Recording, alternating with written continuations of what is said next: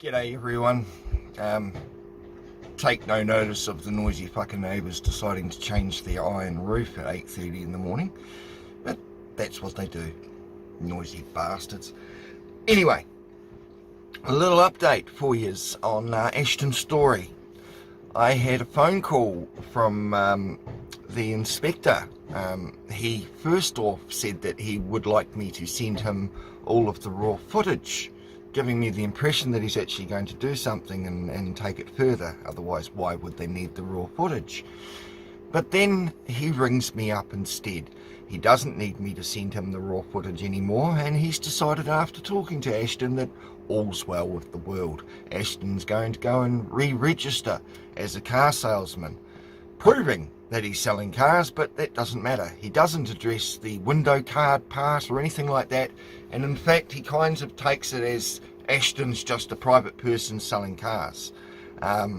He stipulates the 6 cars. If you sell 7 cars in 1 year, you're considered a motor vehicle dealer and therefore have to be registered. He goes through all of this shit, but at the end of the day, the complaint, the information I supplied, seems to have gone nowhere. The MBIE, Ministry of Business and Economic Development, or whatever the hell they want to call themselves, motor vehicle registrars, what's the point? You know, he brings up that Ashton's father, there's no record of him being banned. Well, that's because your records only go back 5 years. Ashton's father was banned almost 20 years ago. So that's the reason you can't find it when you go looking him up. However, I thought you guys would all be interested. I'm contemplating chasing this up further, and I'd like to know what you guys think I should do. But without further ado, here is the phone call from the gentleman. I can't even remember his name, it was that forgettable. But he identifies himself, so yeah, I will leave it to you guys to have a listen, see what you think. Again, jump over to Rumble. YouTube is only going to be a secondary place I put things up now. I have had an absolute guts full of their censorship and calling perfectly logical information that I put up misinformation, or even my opinion, classing that as medical misinformation, when you guys all know when I put something up, I back it with the evidence and the facts. Anyway, here's the phone call. I will leave it for you guys to decide. There is some more very interesting stuff coming up soon, and I will leave it till then for you guys to find out about it. I'm going to be doing another interview, hopefully with Brent, in the very, very short term, and there's some really interesting information to come out to all of those people that have ever made a complaint. Little bombshell stuff you might be interested in, and wonder why your complaints are never upheld or even acknowledged half the time. Morning, Dan. Hi there, Mark. How are you? Yeah, good. Yeah? Yeah, not bad. Awesome. Alrighty. Sorry, I've just got a pair of headphones and I'm just adjusting my volume. All right. Okay. So I don't blow my eardrums out. So I've had a word with, and obviously Privacy Act wise, there's a few things I can't tell you. Yeah, sure. But what I can tell you is that I've spoken with Mr. Storey. Oh, yeah. And as some background, he was, as you know, the company was previously registered as a trader. Yeah. And after engaging with him, he's re-registering his company. Oh, okay. Now, as where things get interesting is an individual can sell up to 6 motor vehicles in a 12-month period. Right.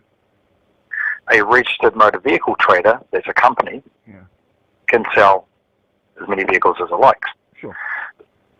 Now, if an individual is also a registered motor vehicle trader, then obviously they've got to abide by all the sure obligations of the Act. But an individual who's not registered can still sell 6 cars in a year. Okay. It's a bit odd, but because you can be, either a company can be registered or an individual. If a company is registered, then the individual working for the company doesn't have to be registered. I get it. So that's sort of like his friend that helps in the Hague Torrens, I think, he's registered. And I think, you know, to avoid any discrepancies, I don't know if Ashton's actually trading through Hague or not. I don't know. It's a grey area about that one. I do know that John bought a truck off him this year, John Murphy, the next door neighbour, and he's refusing to give him an invoice. So why, I don't know what that's got to do with it. But, I see that in one of the notes, and that's probably more of a civil matter between the pair of them. Sure. And if Mr. Murphy wishes to make a complaint, then we can look at it. But at this stage, because it's second hand, I can't do anything. And if a person or a company says, and they're registered, they say, I'm a wholesaler, I only deal with other motor vehicle traders and wholesalers, they still need to be registered. Of course. So that's been brought to Mr. Storey's attention. But like I said, he's that yard that they had the vehicles on, they've moved them all from there now, and apparently there's another company on there. I was there earlier this week on Monday, and Peugeot down the road have been using it. All brand new cars with no plates on them are just being stored there at the moment. Stored there, yeah. But so when he's saying something like that BMW X1 that was next to the brown Mercedes, and you know, that was also for sale on Marketplace at the same time. And then I've got Hamish Storey jumping in, putting comments on one of my clips, saying that it was there solely for storage, and I'm going, well, if it was there for storage, how come he said yes, it's for sale when I went up and asked him? You know. Yeah, it can be stored there as a private individual, and the private individual can put it on Marketplace to sell it. And you know, looking at the NZTA data, you know, he hasn't sold more than 6 vehicles in a 12-month period. We are aware that some people that operate off TradeMe Marketplace, Facebook Marketplace and TradeMe, they don't. As soon as if they get a new vehicle, they don't always change the registration immediately. Right, which can be bad. And that, which makes things difficult. But then, as soon as they sell the vehicle, then the name gets changed into the new owner. Name gets changed. Proving that, you know, it's relatively simple, but that's administered by the NZTA, not us. Sure. And it's a very convoluted offence, and it's a $1,000 fine. Yeah, I think. So I mean, the main reason I got tipped off about him doing possibly, you know, unlawful selling, and a couple of the neighbours around the area were getting pissed off because all these cars were getting parked in there on the side streets.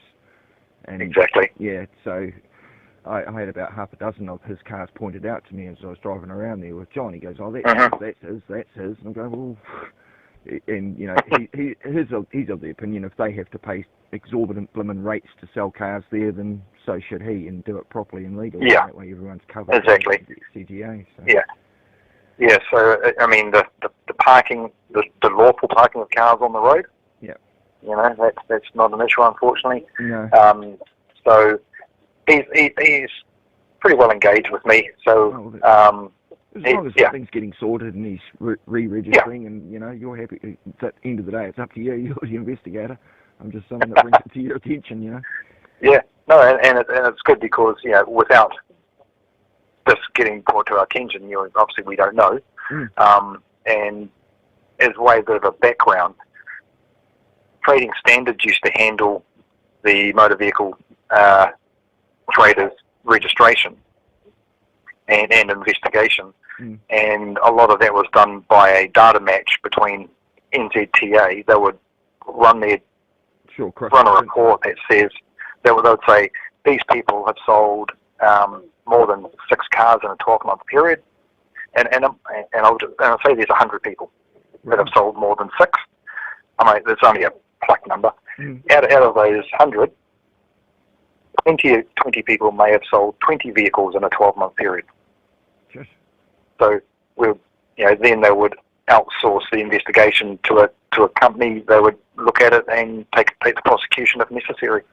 So what happens if I like sell 7 cars in a year? Do I get done for that in some way? I'm just curious. Spitballing. Yeah, as soon as you sell that 7th car, you're deemed to be a motor vehicle trader, okay. and you must be registered. Okay, so that's what happens. Sweet.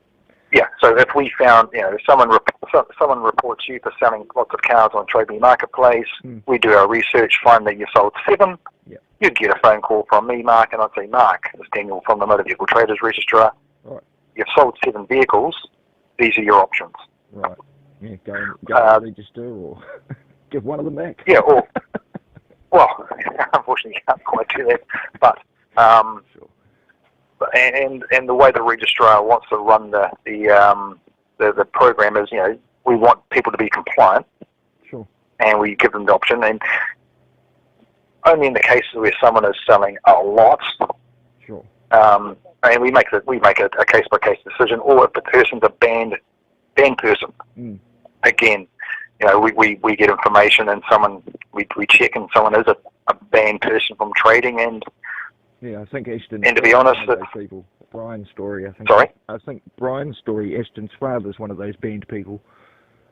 Yeah, I saw that on your clip, but I couldn't see him on the register. Oh, okay. On the banned traders, on the banned persons list. Okay. And I am just reloading it now. Yeah, there's no one named Brian on the list. Okay. And if I go down to the S's. Yeah, because I went through the banned traders list online because it's there and available, and I couldn't see it either. So go back and find out exactly where that came from.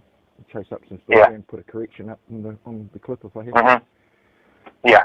Obviously that's something you don't want to run afoul of. No. But thanks for bringing it to our attention. No, and we'll sort of it, and so he's well engaged. So you're not going to send the memory stick, and you don't need the footage? No, that's the other thing. Yeah, thanks. And that's all good. All right, groovy. All right. Oh, thank you very much for calling me, Dan, and explaining it all to me. No problem. Appreciate that. You have an awesome day. Yeah. An awesome weekend. Cheers. You too. Okay. Okay. See you guys. Bye.